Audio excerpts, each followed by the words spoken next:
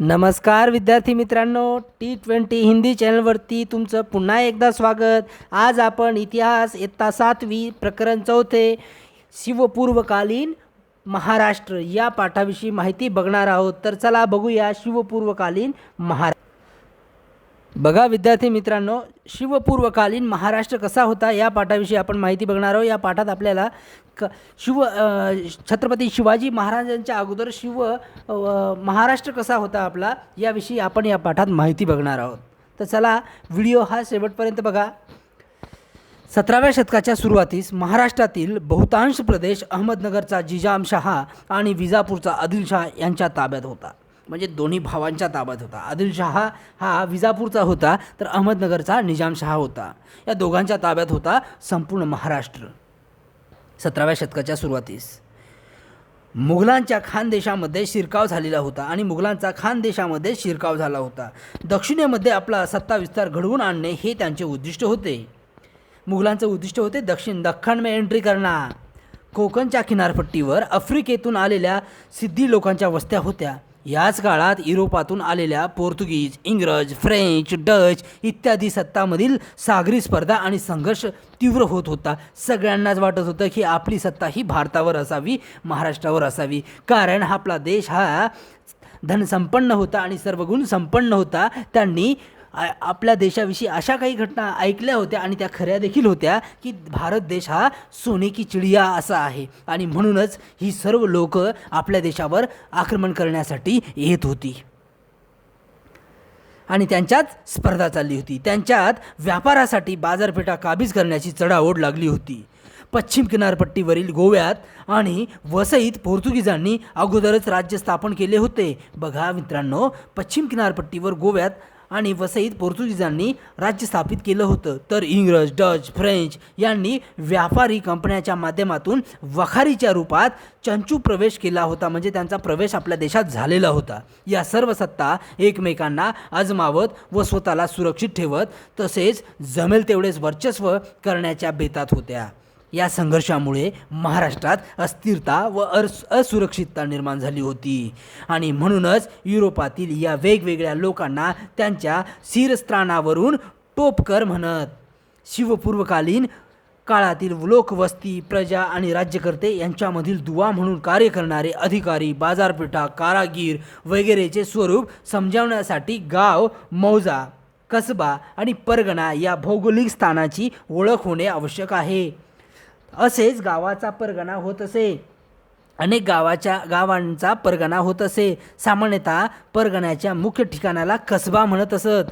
कसब्यापेक्षा लहान असलेल्या गावाला मौजा म्हणत असत. आजही बऱ्याच ठिकाणी मौजा शब्द तुम्हाला रहिवासी दाखला जर तुम्ही काढत असाल एखाद्या गावात तर तुम्हाला मौजा शब्द दिसत असेल.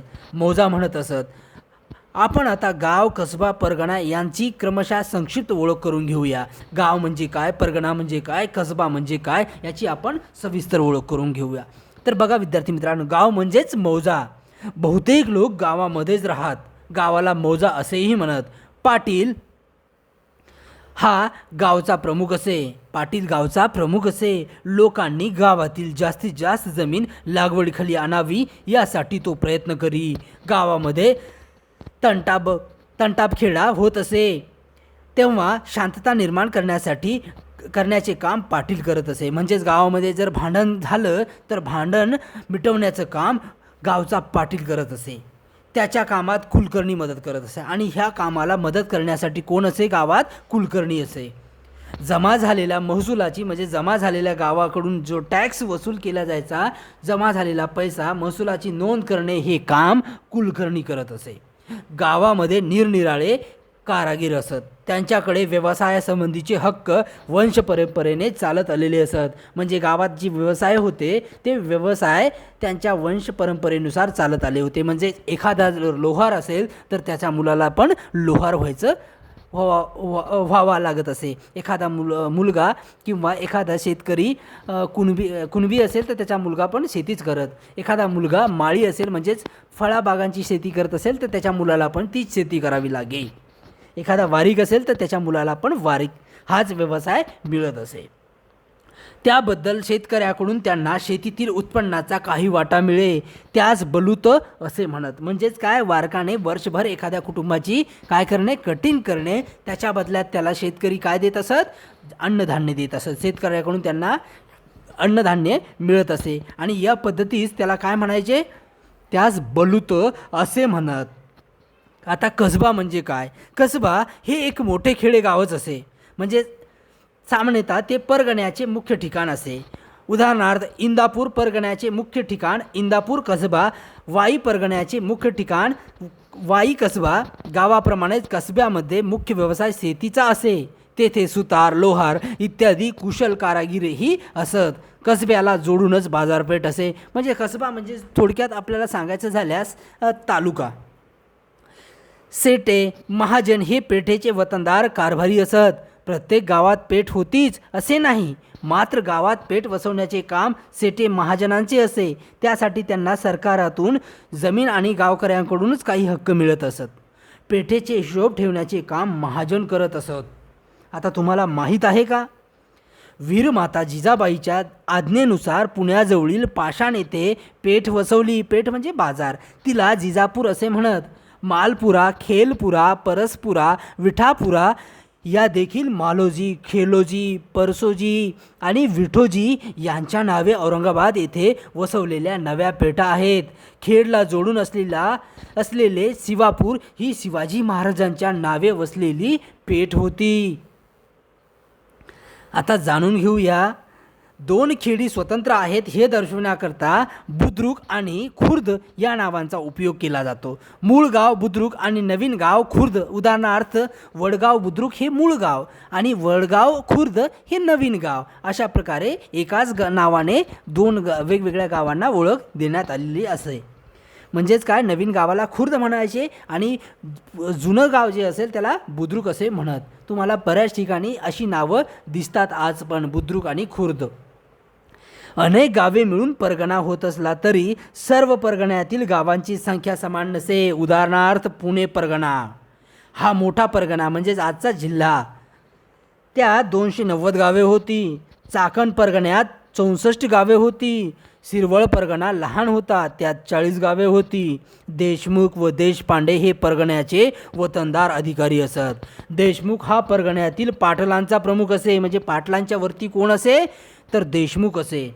गाव पातळीवरची जे काम पाटील करत असे तेच काम परगणा पातळीवर देशमुख करत असे. म्हणजे गावाचा प्रमुख कोण असे, पाटील. परगणा म्हणजे जिल्ह्याचा प्रमुख कोण असे, थोडक्यात तर काय, देशमुख असे.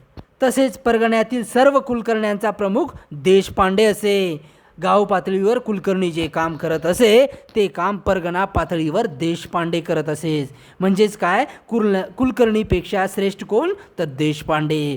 हे वतनदार अधिकारी रयत आणि सरकार यांच्यामधील दुवा होते.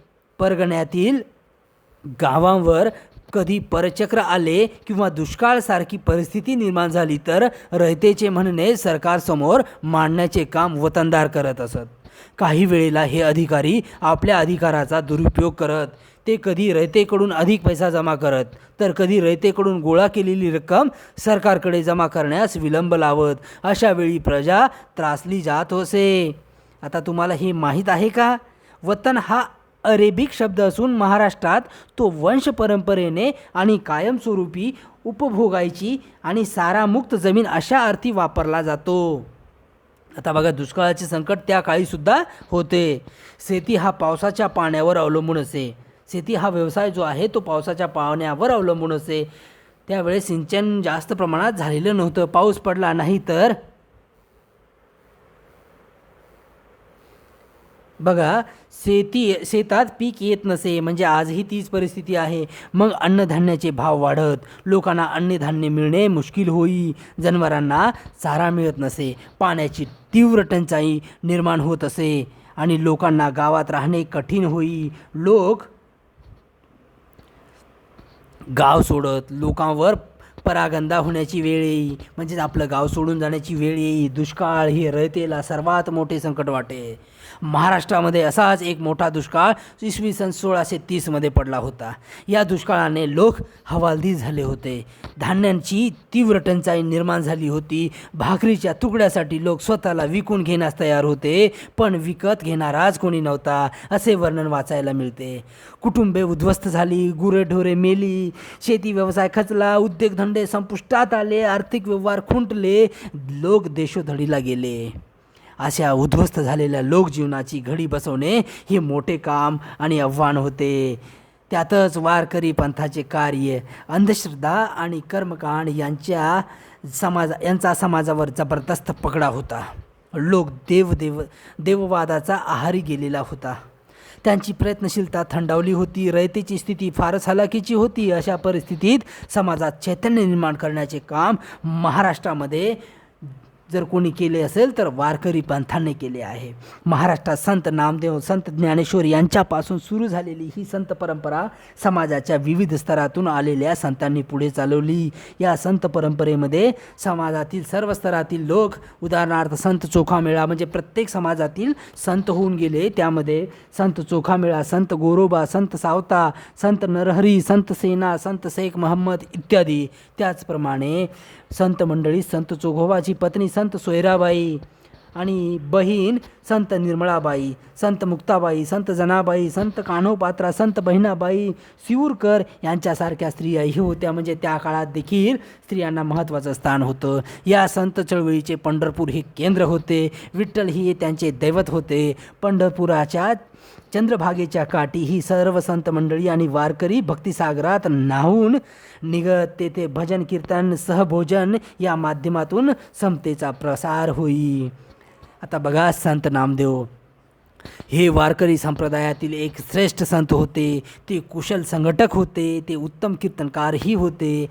कीर्तनाच्या माध्यमातून त्यांनी सर्व जाती जमातीमधील स्त्री पुरुषांना एकत्र करून त्यांच्यात समतेची भावना जागवली.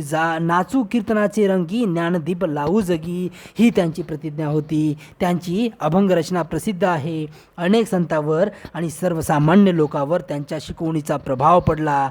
ते आपल्या विचारांचा प्रसार करत पंजाबपर्यंत गेले. त्यांनी लिहिलेली पदे शिखांच्या गुरुग्रंथ साहिब या ग्रंथात समाविष्ट आहे. त्यांनी भागवत धर्माचा संदेश गावोगावी पोहोचवण्याचे कार्य केले. त्यांनी पंढरपूर येथे विठ्ठलाच्या महाद्वारासमोर संत चोखामेळा यांची समाधी बांधली. हे त्यांचे कार्य अविस्मरणीय असे आहे. आता संत ज्ञानेश्वर हे वारकरी संप्रदायातील एक विख्यात संत होत. त्यांनी भगवद्गीता या संस्कृत ग्रंथाचा अर्थ मराठीत स्पष्ट करणारा भावार्थ दीपिका अर्थात ज्ञानेश्वरी हा ग्रंथ रचला. तसेच त्यांनी अमृतानुभव या ग्रंथाची रचना केली. त्यांनी आपल्या ग्रंथातून व अभंगातून भक्तिमार्गाचे महत्त्व सांगितले. सामान्याला आचरता येईल असा आचारधर्म सांगितला. वारकरी संप्रदायाला धर्माची प्रतिष्ठा मिळवून दिली. अतिशय प्रतिकूल परिस्थितीमध्ये जीवन जगावे लागलेले असून त्यांनी आपल्या मनाचे संतुलन ढळू दिले नाही आणि कटुताही बाळगली नाही.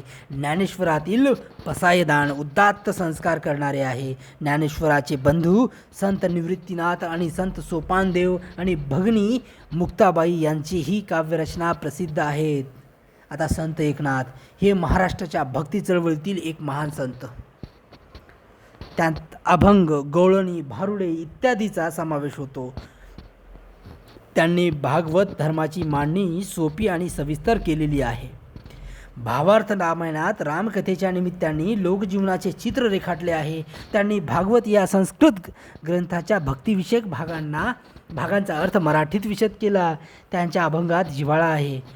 परमार्थप्राप्तीसाठी प्रपंच सोडण्याची आवश्यकता नाही हे त्यांनी स्वतःच्या आचरणाने दाखवून दिले.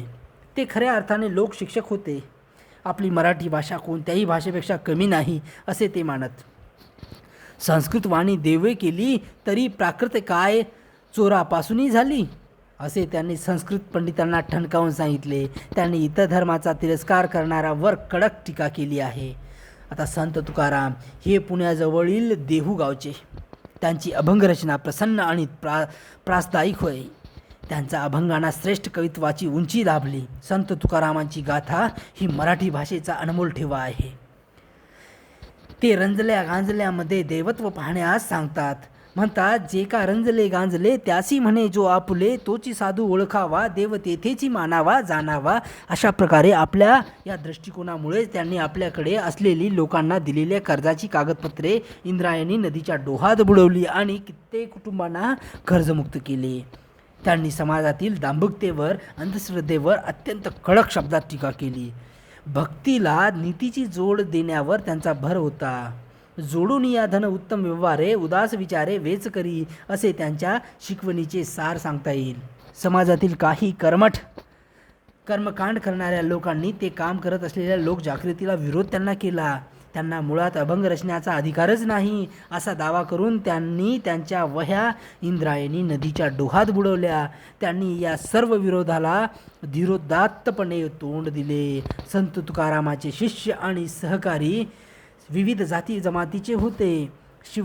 शिवबा कासार, बहिणाबाई सूसकर, महाजी पंत कुलकर्णी ही त्यातली काही नावे. गंगाराम पंत मवाळ आणि संताजी जगनाडे यांनी तुकारामाचे अभंग लिहून ठेवले. ही त्यांची महत्त्वाची कामगिरी होय. त्यानंतर बघा, संत कार्याची फलश्रुती. संतांनी लोकांना समतेचा संदेश दिला, माणुसकीचा, मानवधर्मता शिकवली. एकमेकावर प्रेम करावे, एकत्र यावे, एकजुटीने राहावे, ही त्यांची शिकवण होती सर्व संतांची. त्यांच्या कार्यामुळे लोकजागृती झाली. परचक्र, दुष्काळजन्य परिस्थिती आणि निरनिराळ्या प्रकारची इतर निसर्ग संकटे आली असता त्यांची पर्वा न करता कसे जगावे याविषयी त्यांनी केलेला उपदेश हा लोकांचा मोठा आधार ठरला. त्यांच्या या कार्यामुळे महाराष्ट्रातील लोकांमध्ये आत्मविश्वास निर्माण झाला. समाजात धर्माची अवनती झाली. अशा वेळी संतांनी पुढे येऊन समाजाचे रक्षण केले. ते धर्माचा खरा अर्थ सांगू लागले. लोकांमध्ये राहून त्यांची सुखदुःखे समजावून घेत भक्तिमार्गाचा पुरस्कार करू लागले. अशा वेळी समाजातील काही कर्मकांड करणारे लोक त्यांना विरोध करू लागले.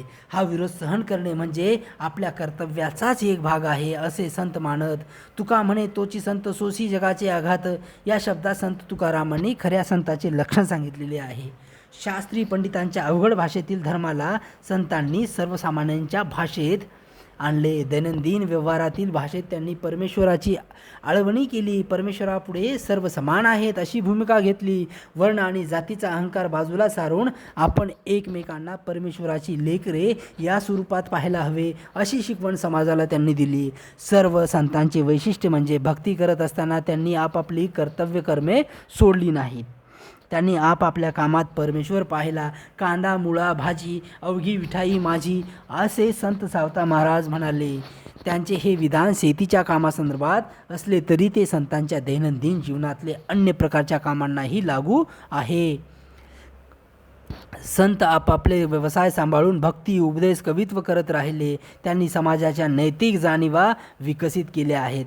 पंढरपूर वारीविषयी अधिक माहिती मिळवून मुद्द्याविषयी चर्चा करा. वारकरी वारीला कोणत्या महिन्यात जातात, वारीचे नियोजन कसे असते याविषयी तुम्ही आपल्या घरात चर्चा करून याची माहिती मिळवायची आहे. आता रामदास स्वामी मराठवाड्यातील जामगावचे. त्यांनी बलोपासनेचे महत्त्व स्पष्ट केले. त्यानंतर मराठा तितुका मिळावा, महाराष्ट्र धर्म वाढवावा हा त्यांचा संदेश प्रसिद्ध आहे. त्यांनी दासबोध, करुणाष्टके, मनाचे श्लोक या साहित्याच्या माध्यमातून जनतेला व्यावहारिक शिक्षणाचे धडे दिले. लोक चळवळीचे आणि संघटनेचे महत्त्व सांगितले. समर्थ संप्रदाय स्थापन केला. चाफळ हे या संप्रदायाचे केंद्र होते. रामाच्या आणि हनुमानाच्या उपासनेचा प्रसार केला. आपल्या विचारांच्या प्रचारार्थ त्यांनी भरपूर प्रवास केला. पारतंत्र्यातील स्वातंत्र्याच्या प्रेरणा शिवपूर्वकालीन महाराष्ट्रात राजकीय, सामाजिक, सांस्कृतिक इत्यादी प्रकारची परिस्थिती ही सामान्य अशी होती. या काळात महाराष्ट्रात आदिलशाही वगैरे सत्तांच्या नियंत्रणाखाली होती. त्यामुळे तो स्वतंत्र नव्हता. असे असले तरी काही व्यक्ती आणि विचारधारा स्वातंत्र्याची स्वप्ने पाहत होत्या. अशा घटकामध्ये स्वराज्य कल्पना मानल्या जाणाऱ्या शहाजीराजांचे स्थान अग्रभागी होते. आणि हेच काम आपण आता पुढं पाहणार आहोत. पुढील पाठामध्ये स्वराज्य स्थापना कशा प्रकारे झाली, अति महत्त्वाचा पाठ्यघटक पुढील लेसनमध्ये बघणार आहोत पुढील व्हिडिओमध्ये. मित्रांनो, हा व्हिडिओ तुम्हाला जर आवडला तर या व्हिडिओला लाईक करा, दोस्तांसोबत मित्रांसोबत शेअर करा. चॅनलवरती नवीन असाल तर सबस्क्राईब करा. जर व्हिडिओ आवडला नसल्यास डिसलाईकसुद्धा करा. भेटूया पुढील पाठात. तोपर्यंत धन्यवाद.